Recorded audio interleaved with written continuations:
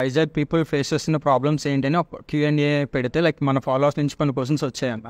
So వాటి గురించి interact అవుతాం. ఇప్పుడు టీడీపీకి ఓట్ చేస్తే నెక్స్ట్ 5 yearsలో ఏం చేస్తారు? పర్టికులర్ టు వైజాగ్ ఏం చేద్దాం అనుకుంటున్నారు? Many things.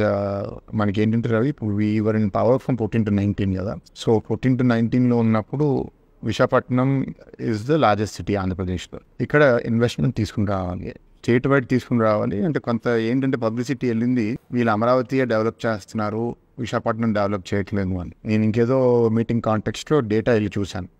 From 14 to 19 state wide almost 4,000 companies ఆంధ్రప్రదేశ్లో స్టార్ట్ చేసి, అంటే not all are external investors, కొందరు తెలుగు వాళ్ళే, ఇక్కడ ఉన్న వాళ్ళే కొత్త కంపెనీ స్టార్ట్ చేశారు. వాళ్ళు 3,900 ఆర్ స్మాల్ కంపెనీస్, అంటే MSMEs అంటారు, micro small and medium enterprises. ఒక 237 ఏమో లార్జ్ ఎంటర్ప్రైజ్, అంటే 500-1000 మంది అట్లా ఎంప్లాయ్మెంట్ ఇచ్చాం. సో ఓవరాల్ స్టేట్లో 237 లార్జ్, 3,900 స్మాల్ వస్తే, MSMEs వస్తే 5,10,000 అట్లా ఎంప్లాయ్మెంట్ జనరేట్ అయింది.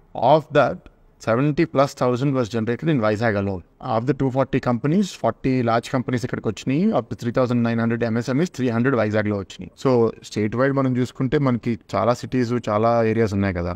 బట్ 70,000 అవుట్ ఆఫ్ 5 lakh అంటే 15% ఇక్కడే వచ్చింది. అది ఈ 5 yearsలో మనం మిస్ అయింది. విశాఖపట్నంలో ఇవాళ ఈ 5 సంవత్సరాల్లో వీళ్ళు ఎన్ని ఉద్యోగాలు కొత్త ఇన్వెస్ట్మెంట్స్ ద్వారా సృష్టించారో ఒకసారి చూపించాలి. I don't think it is even 5,000. So అది మనం మార్చాలి. ఇప్పుడు కూటమి ప్రభుత్వం వచ్చిన తర్వాత that is one of our primary responsibilities. నేను కూడా నా ఎంపీ మేనిఫెస్టోలో కూడా ఓవరాల్ స్టేట్లో 20 lakh jobs టీడీపీ క్రియేట్ చేస్తానని చెప్తే, నేను 1 lakh jobs తీసుకొస్తాను యాజ్ అన్ ఎంపీ అని కూడా ఒక హామీ ఇవ్వడం జరుగుతుంది. బట్ ఓవరాల్ బియాండ్ జాబ్స్ ఇక్కడ ఉండే వాళ్ళకి ఏంటి అంటే, they want good quality of life, pollution తక్కువ ఉండాలి, మంచి వాటర్ ఉండాలి, ఎలక్ట్రిసిటీ కాస్ట్ అందుబాటులో ఉండాలి, హౌస్ రెంట్ అందుబాటులో ఉండాలి. These are all basic things that anyone cares for.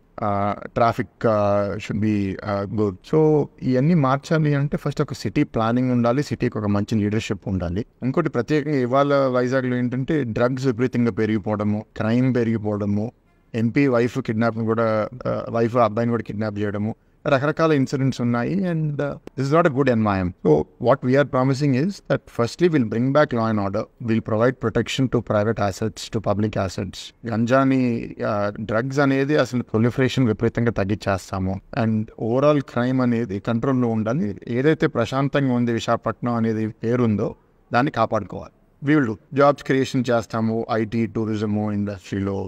Will improve the overall traffic and roads and all of this. So basically, ఈ 5 ఏళ్ళలో ఎంత చేయగలుగుతామో ఒక ఎత్తు అయితే, the plan that we draw for Vizag in these 5 years should set us for the next 30-40 years. That ఆ విధంగా మనం plan చేసుకోవాలి. ఇప్పుడు ఎలాగైతే హైదరాబాద్ 20 years ago చంద్రబాబు నాయుడు గారు ప్లాన్ చేసి ఒక రూట్ మ్యాప్ వేశారు, ఇవాళ 20 years later you go to Hyderabad now.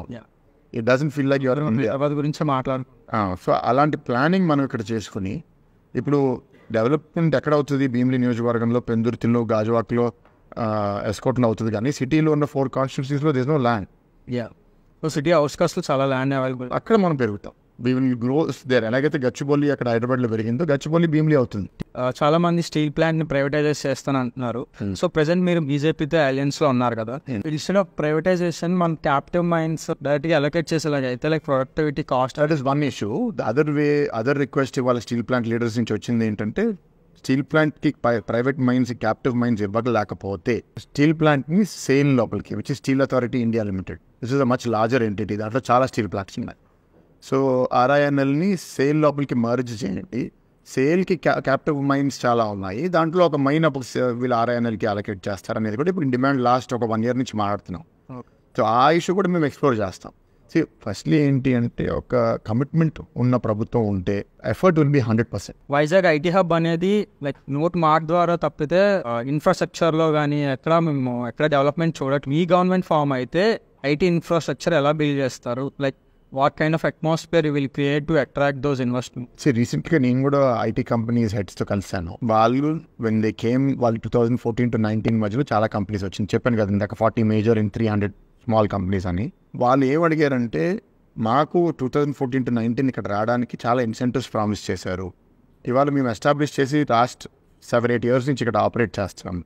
ఈ లాస్ట్ 5 yearsలో మా ఒక్క ఇన్సెంటివ్ మాకు ఇవ్వలేదు. వీళ్ళందరూ బయటకు వెళ్ళి ఏం చెప్తున్నారు, మిగతా వాళ్ళ కాలీగ్స్కి, ఆంధ్రాకి రావద్ది, ఇక్కడ వాళ్ళు మీకు మాట ఇచ్చినా మిమ్మల్ని చీట్ చేస్తారు. అందుకే నేను కూడా మొన్న IT SEZలో ఒక ఇంటర్వ్యూ చేస్తే ఆ రోడ్ ఖాళీగా ఉంది. చాలా ప్లాట్లు ఖాళీగా ఉన్నాయి. సో తెలుగుదేశం ప్రభుత్వం ఏం చేయాలి అంటే ఫస్ట్ ఆ ఇన్సెంటివ్స్ ఆనర్ చేసి మనం మళ్ళీ పాజిటివ్ ఎన్వైరన్మెంట్ తీసుకొచ్చి క్వాలిటీ ఆఫ్ లైఫ్ ఇంప్రూవ్ చేస్తాము. Even a simple thing that they asked, IT ఎంప్లాయీస్కి మిడ్ నైట్ షిఫ్ట్స్ ఉంటాయి. మాకు బయటకు వచ్చినప్పుడు తినడానికి ఒక రెస్టారెంట్ ఉండాలి. ఇప్పుడు రెస్టారెంట్స్ కూడా ఆ వేలో వెళ్ళడానికి లైక్ నైట్ షిఫ్ట్ చేసే వాళ్ళకి ట్రాన్స్పోర్టేషన్ కూడా ఉండదు అన్న, సేఫ్టీ లేదు.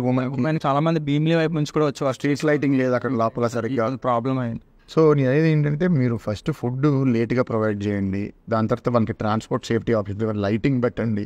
Simple things is don't cost that much. Restaurant 10 PM నుంచి 12 AM దాకా జస్ట్ 2 hours ఎక్స్టెన్షన్ ఇవ్వడం పెద్ద ఇష్యూ కాదు. యాక్చువల్గా రూల్ పొజిషన్ ప్రకారం 12 పర్మిషన్ ఉంది, కానీ ఇక్కడ పోలీసులు ఎవరు అలౌ చేయట్లేదు దాన్ని. That is not correct.